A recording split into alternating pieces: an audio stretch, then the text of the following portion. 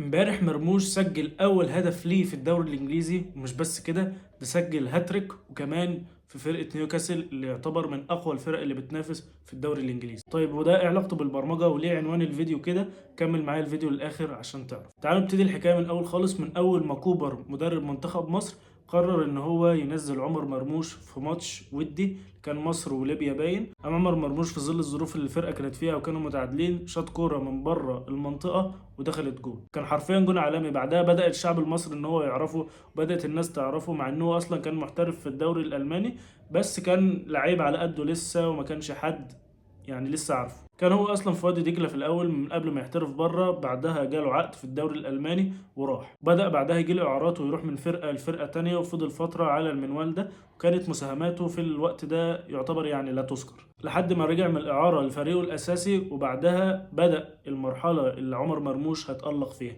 وهو مرحله انتقاله لفرانكفورت، وكان هناك في 2023، وبدأ ساعتها ان هو يشتغل على نفسه ويتعب في التمارين عشان يجي يبدأ الموسم الخرافي بتاعه ويأدي احسن اداء ليه على مسيرته الكروية عموما.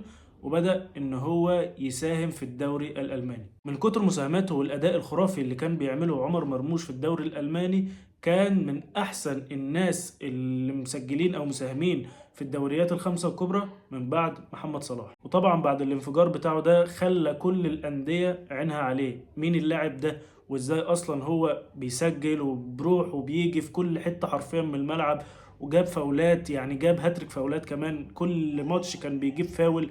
ومش بس كده، جه في فريق زي الباير يعني عمل ساعتها جاب جونين وخلى الفرقة بتاعته تتعادل، وكان فعلا عامل موسم خرافي خلى الأندية الأوروبية عينها عليه. من ضمن النوادي اللي كانت مقدمة عروض لمرموش وهو مانشستر سيتي، وتعاقدوا معاه في الانتقالات الشتوية الفترة اللي فاتت، وعمر مرموش راح السيتي. واللي متابع كورة شاف قد إيه مانشستر سيتي كان عامل إعلانات لعمر مرموش، وكان كل يوم حرفيا بينزلوا له كمية بوستات غريبة. يعني هما من كتر اصلا البوستات اللي كانوا بينزلوها، مش عارف بقى بينزلوها عشان الريتش المصري ولا ايا كان، بس حرفيا السيتي كانت طالع، يعني كانت طالعه بمرموش السما. ما تفهمش بقى عشان الريتش ولا عشان الفرقه كانت واقعه ومستنيين بقى يعني لعيبه انها تيجي تعدل الدنيا، لان هم برضو كانوا اتعاقدوا مع الدفاع وخط وسط باين. بس صفقة عمر مرموش هي كانت من أكتر الصفقات اللي كانت بيتعمل لها إعلانات على كل الصفحات بتاع مانشستر سيتي، وده اللي خلى العين عليه وخلى الناس كلها منتظرة من عمر مرموش الأداء الخرافي اللي كان بيعمله في فرانكفورت، ومستنيين بقى اللاعب اللي عامل أكتر مساهمات في الدوريات الأوروبية الخمسة من بعد محمد صلاح. خلاص بقى ده احنا جايبين حد هيظبط لنا الدنيا وهيرجع لنا بقى التهديف ويظبط لنا بقى نشوف بقى الفرقه دي كانت بتخسر ليه، وهكذا. بدأ عمر مرموش ان هو يلعب في ماتش كبير كان بين مانشستر سيتي وتشيلسي، وجوارديولا حب ان هو يبدأ بيه وخلاه يلعب لحد الدقيقة 70 باين او دقيقة 60، وبعدها بدله. وكان كل الشعب المصري حرفيا وكل العالم بعد التقديم وبعد الحاجات اللي عملوها دي كلها مستنيين ان هو يساهم، بس ده للاسف ما حصلش. وبدات الناس تقول لي خلاص يا جماعه ده لسه بقى اول ماتش ولسه بقى على ما ياخد على الفرقه، حتى الدفاع مثلا كان ساعتها عامل غلطه ودخل في الفرقه جون وهكذا. وبداوا ان هم يقولوا ان دي بس حاجه لسه بتعرف على الفرقه والكلام ده كله، عشان يعدي تاني ماتش وتالت ماتش ويجي مثلا ماتش الريال اللي هو في دوري الابطال، واللي الناس كلها مستنيين برضو ان السيتي تكسب عشان تعدي. بس للأسف عمر مرموش برضو ما ينزلش غير 5 دقايق أو 10 دقايق، وبرضه مساهماته لحد الآن صفر، ما دخلش جون ولا عمل اسيست. أداؤه كان كويس، واللي كان بيتفرج على الماتشات كان عارف قد إيه عمر مرموش مؤثر في الملعب، بس للأسف ما كانش ده اللي منتظرينه منه، ما كانش ده اللي متوقعينه من لاعب كان مكسر الدنيا في الدوري الألماني وجاي عشان يجي بعدها الناس تبدأ تشكك في قدرات عمر مرموش وتبدأ في الانتقاد، اللي أصلا معظم الناس ما بتعملش حاجة غيره. خلاص اللاعب ده جه وادانا له فرصة في أول ماتش قلنا خلاص بررنا له، تاني ماتش برضه لسه بيتعود على الفرقة ولسه مش عارف يلعب، طيب تالت ماتش طب هتظبط امتى مش عارف ايه. بدأوا يقولوا كلام زي ان الصفقة دي يعني مش مظبوطة، كان المفروض عمر مرموش يعني يفضل في الدوري الألماني مثلا، ما كانش ينفع ان هو يجي في فرقة زي السيتي طريقة لعبها أصلا غيره، إن هم مثلا مستحوذين على الكورة وهو مش عارف يعمل كده.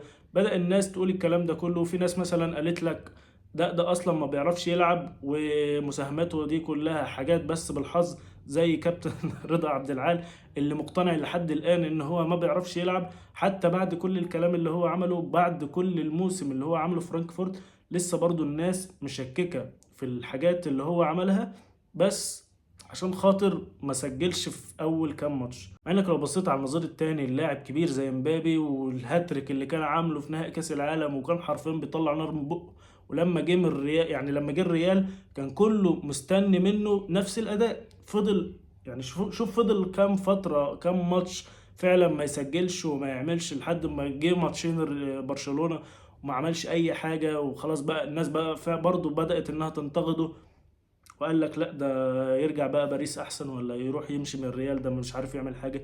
وحاليا لو جيت تبص عليه هتلاقي هو كل ماتش هو اللي بيسجل جون، او احسن حرفيا اداء في الريال. فالمفروض لاعب زي مرموش لما يجي السيتي ولسه بيتعود على طريقه اللعب، يبقى ده من الطبيعي جدا ان هو لسه بياخد على الملاعب ولسه مش عارف يعمل حاجه. بس الناس ازاي تسكت؟ عشان يجي بعدها الرد، ويجي امبارح عمر مرموش يسجل اول اهداف ليه في الدوري الانجليزي. ومش بس كده، ده سجل كمان هاتريك، ومش في اي فرقه، ده في نيوكاسل اللي كانت عامله اداء كويس الفتره اللي فاتت في الدوري الانجليزي، وعندها لعيبه كبيره زي ايزاك او جوردان، الناس بتوع الفانتزي اللي تعرفهم. بس هي فرقه تقيله، عشان في ناس برضه بعد ما مرموش جاب الهاتريك قال لك ده فرقه تعبانه، ويعني عادي ان هو يجيب فيها هاتريك. لا، الدوري الانجليزي ما فيهوش فرقه قليله، وفعلا يعني عمر مرموش امبارح عمل اداء خرافي وسكت كل الناس. يعني خلاص الناس بقى كلهم اتكلموا، واللي قال بقى ده ما ينفعش يجي ومش عارف ايه، حرفيا هو يعني حط هاتريك في ربع ساعة، يعني يا صباح الانجازات. وبرضه بعد ما سجل هاتريك وخلاص، المفروض ان هو سكت ناس، يطلع ناس زي رضا عبد العال طبعا اللي كله شايف تصريحاته الغريبة، زي ما هو كان بينتقد، يعني زي ما يكون بينتقد اصلا حد ما هواش مثلا من بلده، او يعني ما تفهمش هو بيتكلم كده ليه. بيتكلم بس الكلام ده عشان يثبت وجهة نظره اللي هي ما تفهمش اصلا ايه اساسها. وهو اصلا مين رضا عبد العال؟ يعني معلش هو ايه تاريخه اصلا عشان يفضل ينتقد في ده ويقول ده مثلا مين او بتاع؟ ده طالع بعد الهاتريك يقول لك كان فين ساعة ماتش الريال، او استنى نحكم عليه بعد يعني في ماتش الريال اللي هو السيتي محتاجة ساعتها. طيب ما خلاص هو خلاص بدأ ان هو يفوق، يعني المفروض الكلام ده ما يطلعش منك، ويجي يقول لك لا ده السيتي فرقه هبطانه، ومين السيتي، ويعني هو عمل ايه، وزي ما يكون عادي اللي هو بيعمله ده عادي. لا، حرفيا اللي مرموش ده بيعمله ما هواش عادي خالص. وفرقه السيتي اللي كان كل سنه او كل سيزون الناس مستنيه ان الفرق كلها تلعب عشان السيتي تطلع في الاخر هي يعني هي الاول. وده خلاص الدوري الانجليزي كان الناس بدات تتعود على كده. مش لما تيجي بقى السيتي تتعثر في موسم ولا حاجة والأرقام بتاعها تبدأ تقل، الناس بقى تقل منها، اللي هو خلاص بقى مين السيتي والكلام ده كله يتقال. يعني انت اصلا بتقل من مين؟ او انت فاهم اصلا انت بتتكلم عن ايه؟ ده مدرب من اكبر المدربين اللي في العالم، وبيلعب تحته دلوقتي واحد من الشعب المصري. يعني بدل ما بتطلع تنتقد فيه وتقول ومش عارف بس عشان تثبت وجهة نظرك، يعني اللي ما تفهمش فين الاساس بتاعها مش صح، يعني طالع تقول الكلام ده. فالمهم ان عمر مرموش لاعب كبير في الاول والاخر، وبدأ الحمد لله ان هو يثبت نفسه. وحرفيا الواحد لما لقاه ان هو مسجل هاتريك، يعني الواحد فعلا انبسط قوي ان فعلا في ناس عندها قصص وحاجات ناجحة انها بتمشي وراها وبتصدقها وفعلا بتحققها. وده مش اول ولا اخر واحد ان هو يعمل حاجة كويسة زي كده. وهو مش مجرد لاعب كرة، هو واحد عنده عقلية حد ناجح وبينجح. فان شاء الله هو مكمل، وانا متأكد مليون المية ان هو هيبقى لاعب كبير.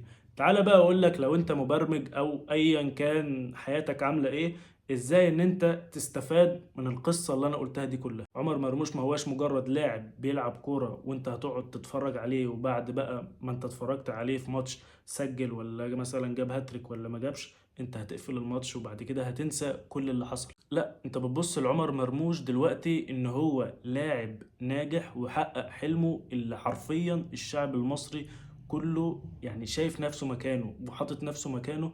وحاسس ان هو فعلا اللي بينجح معاه، مش مجرد بقى ان انت فتحت ماتش وقعدت انت اتفرجت على الماتش وبعدها لما خلص يعني خلاص كل حاجة راحت لحالها. لا، لازم كل حاجة بتحصل في حياتك لازم تحاول ان انت تبص لها من منظور تاني، لازم تشوف ازاي اصلا انت تستفيد من اللي حصل ده. مرموش لو جيت تبص له من الاول خالص لما هو جه ولعب في وادي دجلة، هو فعلا حقق اللي معظم الشعب المصري اللي نفسه يعمله، ان هو يبقى لاعب مثلا في نادي من الانديه الاولى، ان هو خلاص مثلا هيقبض مرتب كويس وهو لاعب وبيلعب وخلاص. ما قالش انا حققت حلمي وخلاص وصلت اللي انا عايزه وقام راكن كل حاجه على جنب. لا، هو تعب على نفسه واجتهد وراح وجه، وبعد توفيق ربنا راح الدوري الالماني، وبعدها راح اعارات، وبعدها رجع وانتقل تاني لنادي تاني لحد ما كسر الدنيا. بس محدش بيشوف غير الحاجة اللي بتحصل يعني محدش بيشوف غير الحاجة اللي بتحصل في الآخر، محدش بيشوف غير نجاحك بس اللي قبل النجاح ده. هل حد عارف دلوقتي هو عمر مرموش ده تعب قد إيه؟ أو إيه فعلا اللي هو واجهه؟ طب هل حد حاسس فعلا باللي هو شافه، أو هو مر بإيه أصلا؟ لأ. عشان كده على النظير التاني لما تيجي تحسبها في البرمجة، وليكن مثلا أنا متأكد مليون في المية إن أنت عامل لنفسك رود ماب من زمان بس أنت راكنها ما مشيتش عليها لحد دلوقتي. أنت بتذاكر وقت ما تحب وما بتذاكرش برضو وقت ما تحب، يوم وعشرة لأ، والدنيا ماشية. أو أصلا مهمل كل ده ومش بتعمل اللي عليك ومش بتذاكر، أو أنت يعني عايش وخلاص بحجة الاكتئاب وبحجة إن الظروف الدنيا حواليك صعبة وانت مالكش نفس تعمل حاجة. وهل بعد ما تذاكر هل انت هتوصل للي انت عايزه او هتشتغل او الكلام ده كله وقاعد بس مش بتعمل حاجة؟ طب ما يا صاحبي بالمنطق كده حواليك ناس كتير قوي مرت باللي انت مريت بيه وفعلا نجحت في الاخر، ومن يعني من ضمنهم عمر مرموش اللي قصته تعتبر قصة واحدة من اصل ملايين حرفيا وصلوا للي هم عاوزينه في الاخر. بس هل وصلوا بالساهل او وصلوا بعد مثلا جات لهم على طبق من ذهب؟ خالص. دول ناس فعلا نحتوا في الصخر عشان يوصلوا للي هم عايزينه. يعني لو هتاخدها بالامثله، لو انت مثلا واحد داخل حاسبات ولسه مثلا هتقول ان دي اول سنه وانت لسه بتتعرف على الدنيا فيها ايه ومش هتذاكر السنه دي خالص، بعد السنه التانية او بعد السنه التالتة هتبتدي بقى ان انت تشوف التراك وهتبتدي مثلا تذاكر تشوف وراك ايه وتبتدي بقى ان انت تخش في تراك عشان تشتغل. لا، لو انت لسه داخل ما تستناش وابدأ من دلوقتي. ولو انت مش منتظم في تراكك او مش منتظم في مذاكرتك، انتظم واعمل لنفسك رود ماب تمشي عليها عشان توصل للي انت عايزه. ولو انت عامل رود ماب عشان تذاكر وبرضه مش بتذاكر او بتذاكر على سطر وتسيب 10 يعني بتذاكر بالمزاج وقت ما تحب، خلاص ده انا هخلص الرود ماب دي في شهر مش مشكلة، مش لازم اخلصها في اسبوع او اخلص اللي مطلوب مني ده في يومين او بتاع، ده انا لسه معايا وقت. لا، انتظم وشوف اللي انت ايه المفروض ان انت تذاكره او تخلصه الاسبوع ده، عشان بعد ما تخلص الاسبوع تخش على اللي بعده، وبعد ما تخلص الليفل اللي انت فيه تخش على اللي بعده وتطبق على مشاريع وتوصل اللي انت عايزه. طيب ولو انت عامل بقى كل ده وفعلا بتذاكر وشايف اللي وراك وواصل بقى لاخر الرود ماب وماشي والدنيا معاك زي الفل وبتطبق فعلا على مشاريع، بس لسه لحد دلوقتي ما وصلتش لشغل او ما جالكش المردود اللي انت كنت متوقعه في الاول خالص، عايز اقولك ما تركنش وافضل مكمل على الطريق ده للاخر. انت ماشي صح، بس لسه الدنيا ما ضحكتلكش، لسه ربنا ما وفقكش في شغل. كل الفكرة ان انت بس مش مكتوب لك ان انت تشتغل دلوقتي، بس انت فعلا ماشي في الطريق الصح ولسه وقتك ما جاش. ومهما قابلك من مشاكل او مهما قابلك من حوارات وانت بتذاكر او لسه انت حاسس ان قدامك الطريق طويل وشايف ناس كتير غيرك وصلت ونجحت، وناس شغالة في مش عارف بنك الاهلي ومش عارف ناس سافرت واشتغل في مايكروسوفت وجوجل والدنيا ظابطة معاهم، بس انت برضو رغم كل اللي انت عامله ورغم كل اللي انت بتقدمه للبرمجة او لأيا كان اللي انت بتعمله لسه برضو ما وصلتش. لا، هي مش بتتحسب كده. كل واحد مكتوب له هو هيوصل امتى، وكل واحد مكتوب له توفيق في حاجة معينة، ممكن انت بس لسه وقتك ما جاش. هو اصل النجاح تمنه غالي. انت لو عايز تاخد فلوس كتير من البرمجة لازم تحاسب على الفلوس دي قبل ما تاخدها، لازم تدفع تمنها بتعب، ولازم تشوف حاجات كتير قبل ما توصل للي انت عايزه. ما هو اصل مرموش ولا غيره من ناس كتير اللي فعلا وصلت للي هي عايزاه لو كانت حطت عينيها على المشاكل اللي كانت بتقابلها. يعني واحد زي مرموش ده لو كان جه في الاول وسمع كلام واحد زي رضا عبد العال، هل فعلا يعني لو تخيل بقى هو خد بكلامه وقعد، هل هو فعلا كان هيوصل للي هو فيه دلوقتي؟ هل هو جه في الاول وزيه زي اي واحد شاب مصري كان بيشوف فيلم زي فيلم العالمي ومثلا اتفرج عليه وقال لك هل انا فعلا ممكن ابقى الشخصية اللي في الفيلم دي واوصل فعلا في يوم من الايام لنادي كبير زي مانشستر سيتي، واول ماتش اسجل فيه مثلا احط هاتريك واعمل كل اللي انا وصلت له ده؟